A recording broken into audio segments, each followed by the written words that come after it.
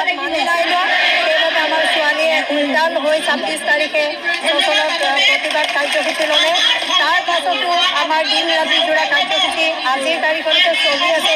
তাৰিখলৈকে কিন্তু আমাৰ অসম চৰকাৰ ইমানেই মহিলাৰ দুখ নুবুজে, কিন্তু তেওঁলোকে মহিলাৰ বাবে বহুত আঁচনি উলিয়াইছে, কিন্তু আমাৰ অংগনবাড়ীসকলৰ দুখ কষ্ট কিন্তু তেওঁলোকে আজি পৰ্যন্ত বুজি পোৱা নাই। তেওঁলোকে এবাৰ অনুভৱ নকৰিলে যে অংগনবাড়ী কৰ্মী সহায়িকাসকলেনো আজি কিয় ওলাই আহিছে, ইমান দিন ৰাতিজোৰা কাৰ্যসূচী কিয় লৈছে, তেওঁলোকে এবাৰ খবৰ ল'বলৈ আহিবলৈ সময় নোলায়।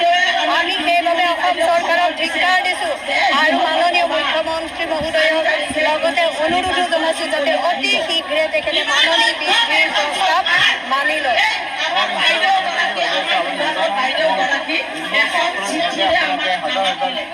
আমি মুখৰ কথা যেতিয়া ৪ তাৰিখে যাম, যাই যদি